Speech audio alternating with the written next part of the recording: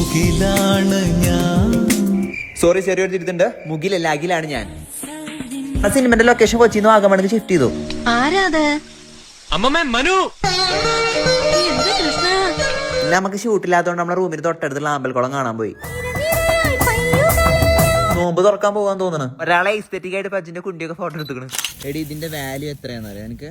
അത് പയ്യാണ് 3.14.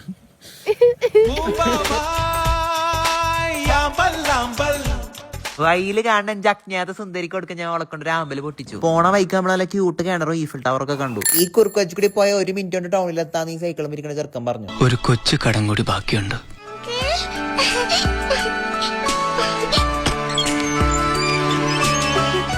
കുറച്ച് കഴിഞ്ഞപ്പോ എന്റെ അജ്ഞാത സുന്ദരി ആമ്പല് ഊമ്പിച്ചാട്ടിട്ടു. നമ്മളൊരു ഗ്ലാസ് ഹോർലിക്സ് കുടിച്ചു. കണ്ണേട്ടം വാങ്ങി തരുമ്പോഴേ ഇതിനൊരു സ്വാദുള്ളൂ. വാഗമണ്ടത്തെ ആൾക്കാരൊക്കെ വെയിലത്താണ് തുണി അലക്കിടാറ്. പിന്നെ നമ്മൾ 1 കിലോ പൗത്താങ്ങി വാങ്ങി. ഇതാണ് സിനിമക്കാരെടുത്ത നമ്മളെ റൂം. ഇതാണെങ്കിൽ എന്നും മണ്ടില്ലാത്ത കാറ്റ്. ഈ മജ്ജത്തിനെ കണ്ട ശരിക്കും പേടിയാവും. ഞങ്ങള് പിന്നെ നടക്കാറങ്ങി.